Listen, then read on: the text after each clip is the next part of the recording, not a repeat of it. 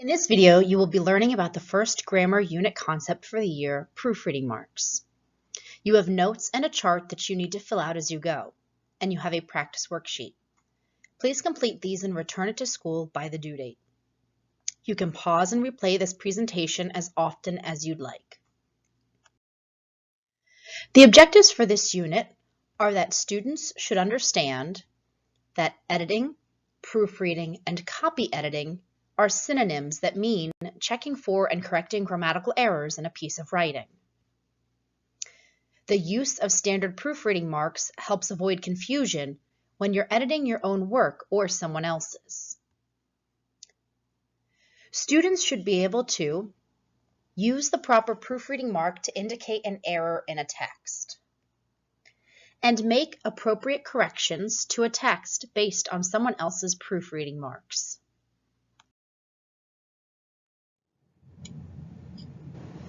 What is proofreading? Proofreading means to read a piece of writing and mark any errors. The words editing and copy editing are synonyms for proofreading. They all just mean that this process is meant to help check for and correct errors in a piece of writing. So what do you look for when you proofread your work? You may look for things like spelling, punctuation, grammar, and paragraphing errors, but there's also many more things to look for. Pause for a moment and answer this question. What is proofreading?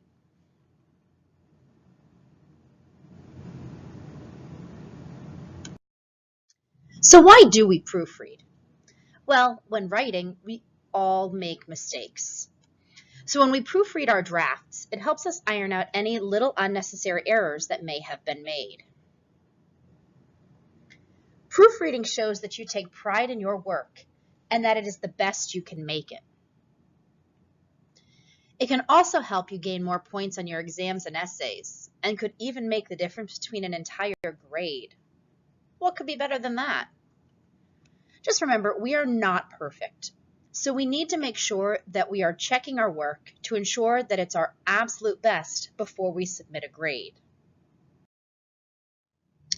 So what does your writing say about you?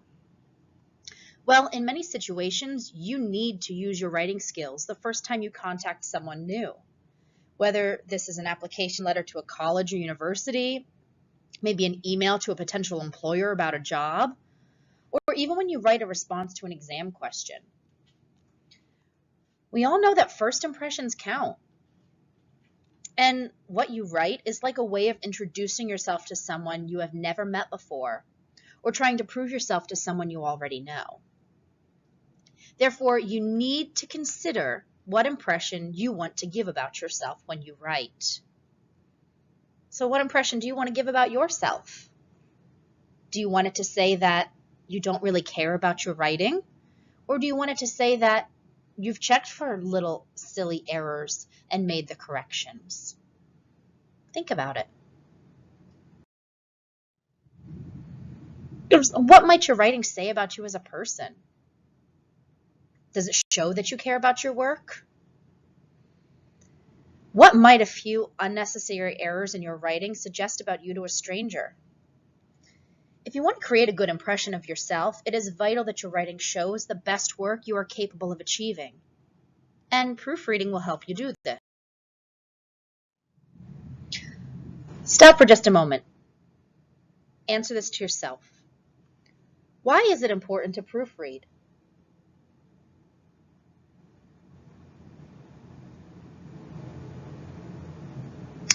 And now, what does proofreading do for us?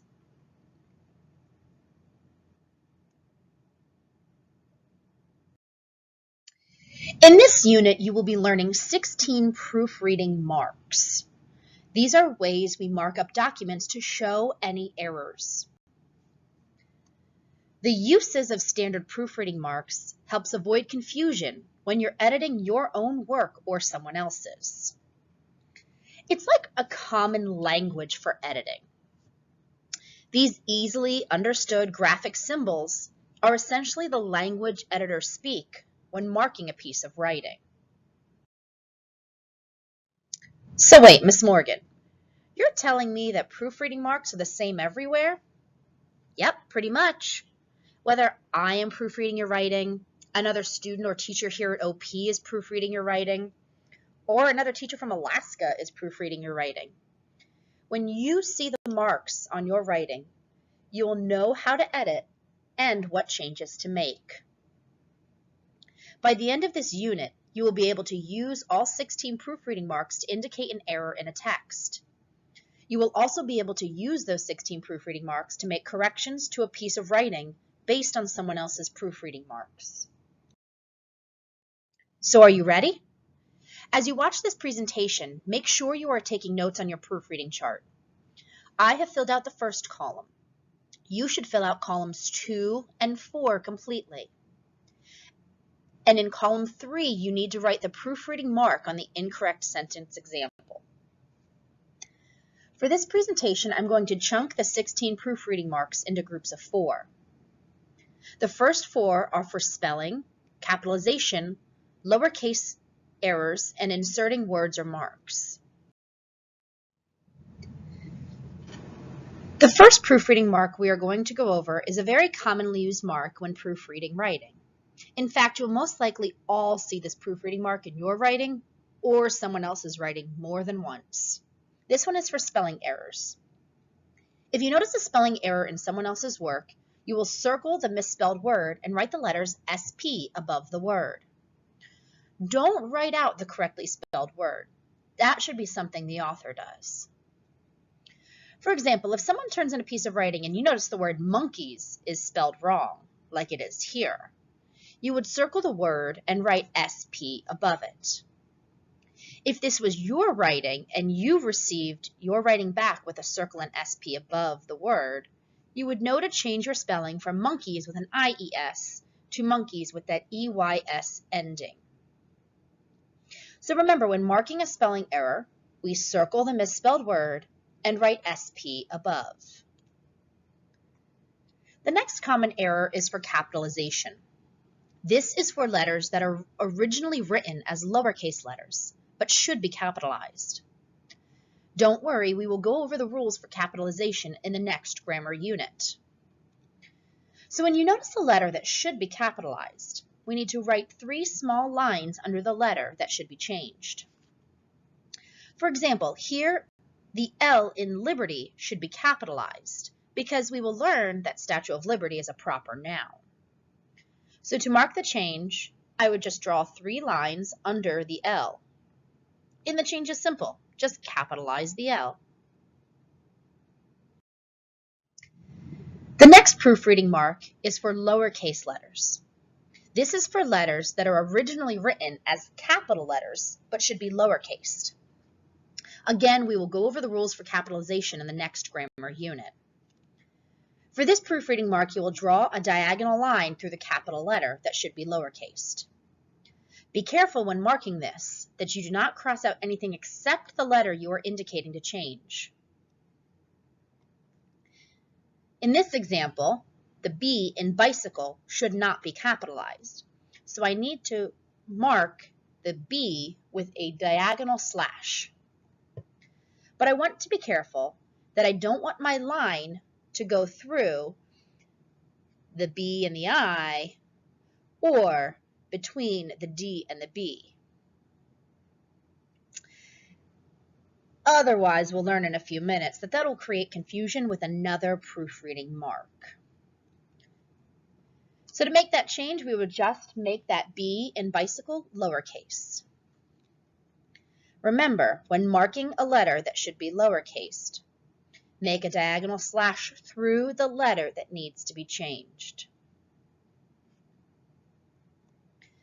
Next, there are times when we need to indicate an insertion. This just means that something is missing and should be inserted into the writing. For this, we use something called a caret, either one that points up or one that points down. And a caret is simply an arrow in the direction we need it to go. This example says, "Climb hill, I said." Well, I noticed that there are a bunch of errors in this. One is that there's a quotation mark missing at the beginning. The word the is missing, and a comma is missing. So I will mark all three of these changes with a caret. It's easiest to use the caret that points down for the quotation marks and the caret that points up for the comma. If you use the caret that points down for the comma, it would look like an apostrophe instead of a comma. So in making these changes, I would rewrite this sentence to look like this. Quotation mark, climb the hill, comma, quotation mark, I said. Again, we will go over all of the rules for commas and quotation marks at a later unit. All right, now it's time to stop for a second. I want you to make sure that you have completed your blank chart for the proofreading marks we have just gone over. Make sure every column is filled out, including the examples and the corrections. Pause the video if you need to. Now it's time to practice marking spelling, capitalization, lowercase, and insertion proofreading marks. Get out your practice sheet and follow along. Spelling, capitalization, lowercase, and insert are the 4 proofreading marks for this first box. The first one says, use the proofreading marks in the following sentence. There is one of each error. This summer I went to King's Dominion, my family. Use the proper proofreading marks in that sentence, marking a spelling error, a capitalization error, a lowercase error, and insert a word. Once you've completed that, rewrite the sentence using those corrections. Pause the video if you need. We are going to keep moving forward with the next 4 proofreading marks.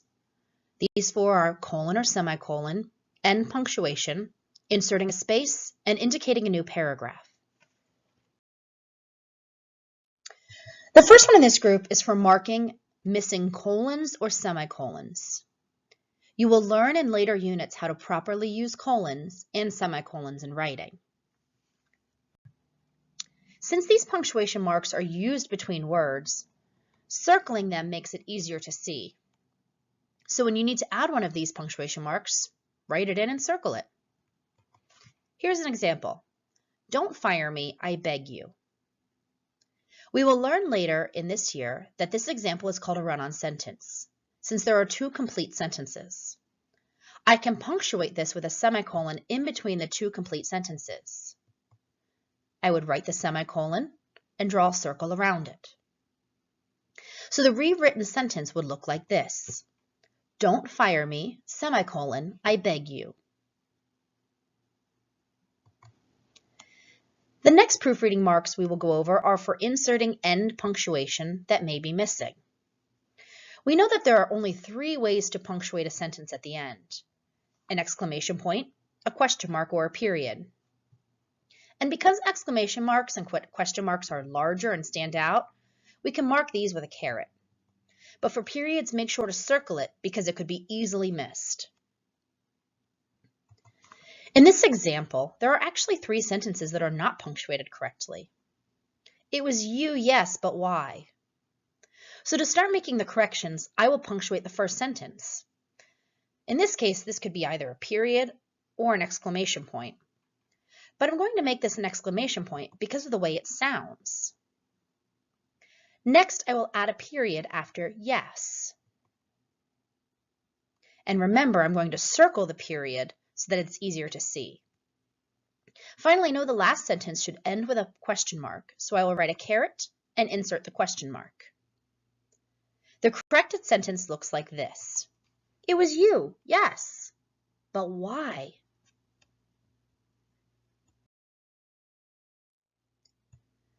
The next proofreading mark is for inserting a space between 2 words that are too close together. Remember a few minutes ago when we were correcting capitalization errors? I told you to be careful not to draw your diagonal slash between the words. Here's why.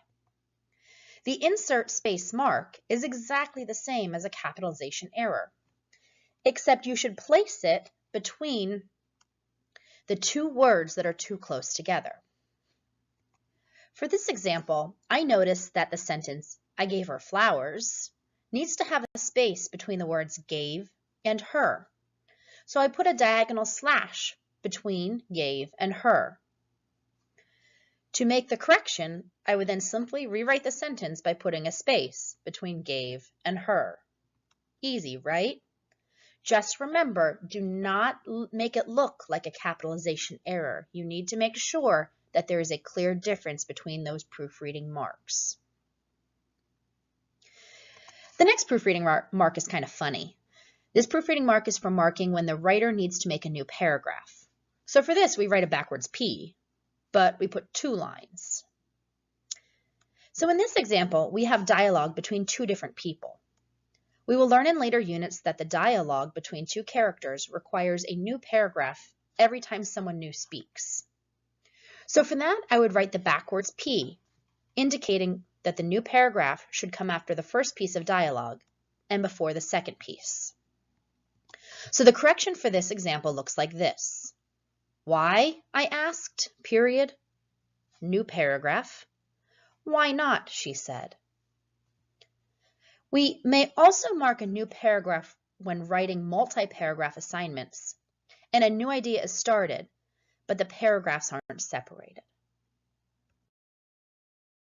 Stop for a moment and make sure you have all of the information completed in your chart. Pause the video if you need to. Now it's time to practice these 4 skills.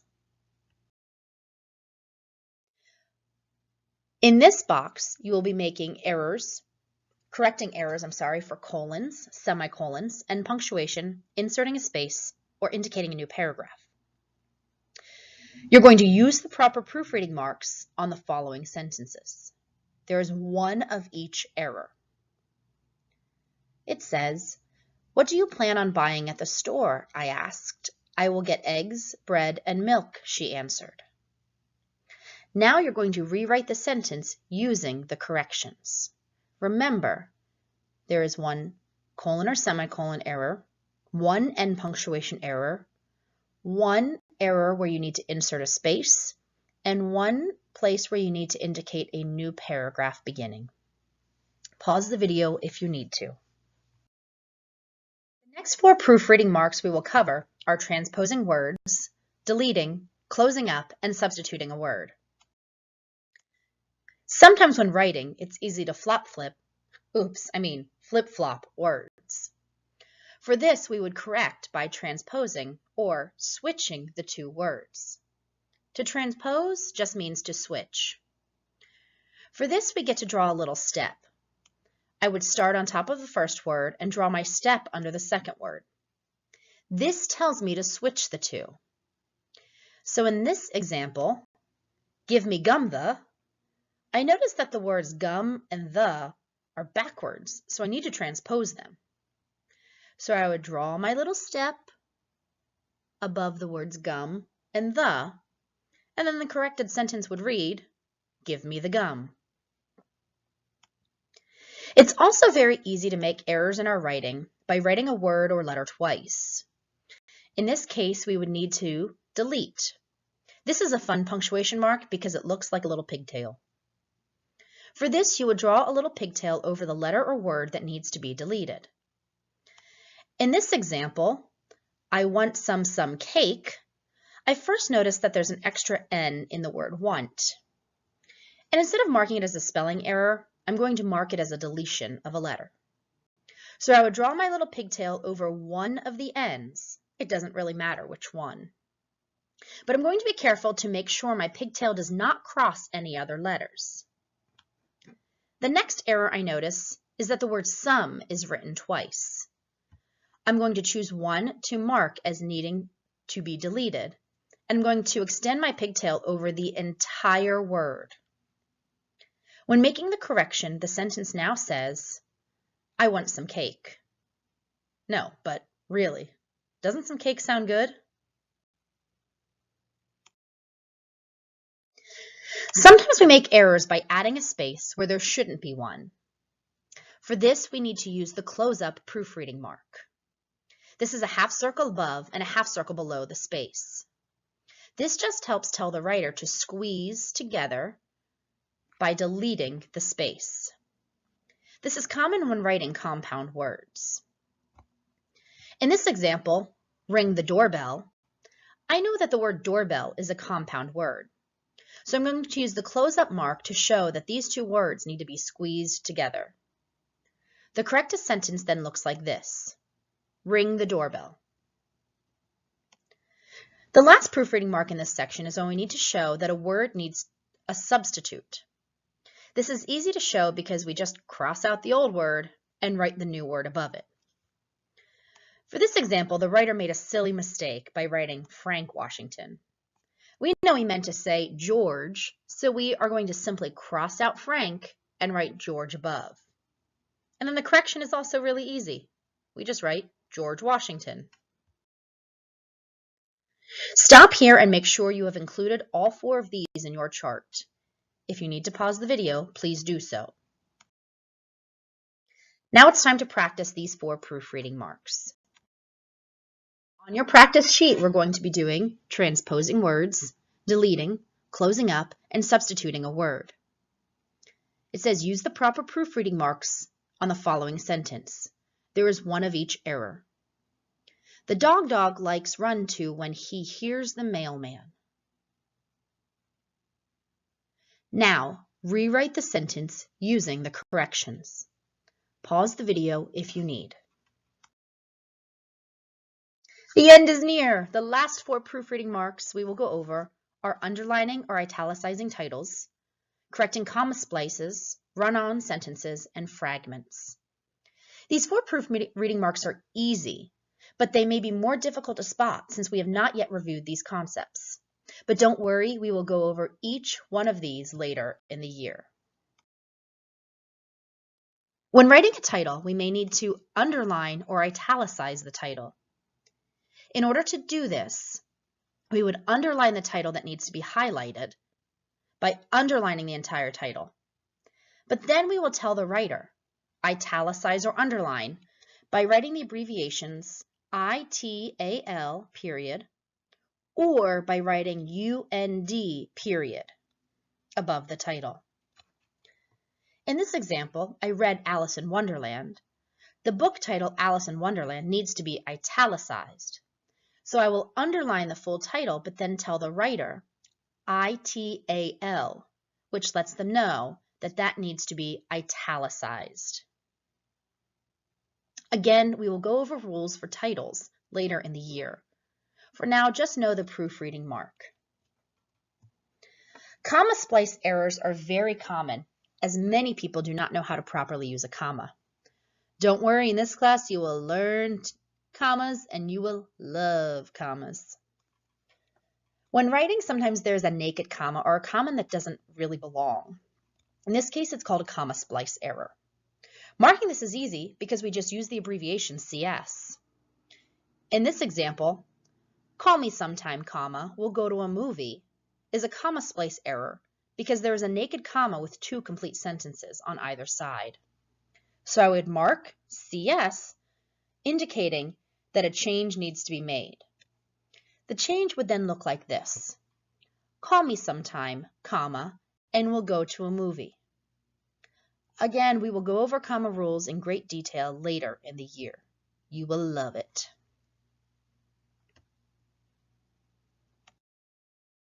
The last 2 proofreading marks we will go over are for sentence errors. The first one is for a run-on sentence, which is made up of 2 or more complete sentences without proper punctuation. To mark a run-on sentence, we just write the abbreviation RO. For this example, my phone broke, I'm upset, includes 2 complete sentences glued together without proper punctuation. For this, I would just mark RO, and the correction is easy. I need to correct the run-on by making them 2 separate sentences. My phone broke, period, I'm upset. Lastly, we have sentence fragments. A sentence fragment is an incomplete sentence. Marking this error, we use the abbreviation F-R-A-G period. When I read the example, running for your life, I notice there's missing information. So I would write the abbreviation FRAG to indicate that the sentence needs more details. Running for your life can be tiring. Reminder, we will learn the rules for run-ons and fragments later in the year. For now, you just need to know the proofreading marks. Stop for a moment and make sure the last part of your chart is filled out. Pause the video if you need. Remember, practice makes perfect. Go ahead and let's practice the last block on our sheet. For this, we are going to be identifying titles that need underlined or italicized. We're going to identify a comma splice error, a run-on sentence, and a sentence fragment.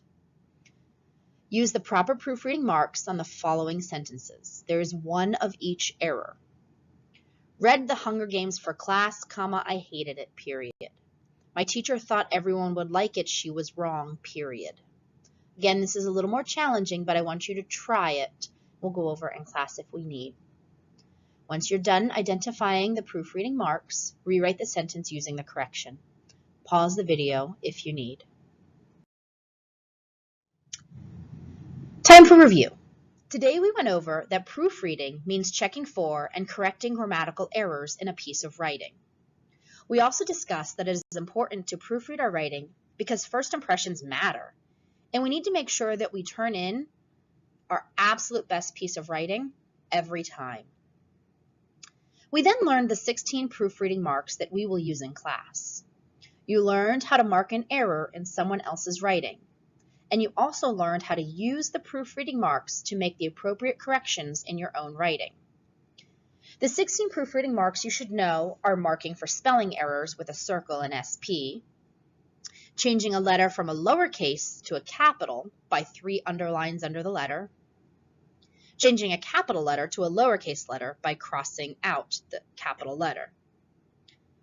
We learned how to insert a punctuation mark using a caret and inserting a colon or semicolon using a circle. We learned that when marking punctuation errors, exclamation points, and question marks, we use carets, and for periods we use a circle. When two words are too close together, we learned how to mark that a space needs to be inserted. We learned that when we mark a new paragraph, we make a backwards P with 2 lines. We also learned that we sometimes need to transpose or switch 2 words by using a step. We delete unneeded words or marks with a pigtail. When we need to close up a space, we use a half circle on top and one on the bottom. We learned that sometimes we need to substitute an old word with a new word by crossing out the old word and writing the new word on top. When a title needs to be underlined or italicized, we mark it with an underline and write ITAL or UND on top. And we also learned to correct sentence errors like comma splices, run-on sentences, and sentence fragments. Well, that's it. You got through your first video. In class, we will be practicing finding and marking errors and making proper changes using proofreading marks. We will practice for 4 days in class, and on day 5, we will have a quiz. If you need extra practice, see Miss Morgan. Make sure to bring all of your papers with you to class next time. Have a good night.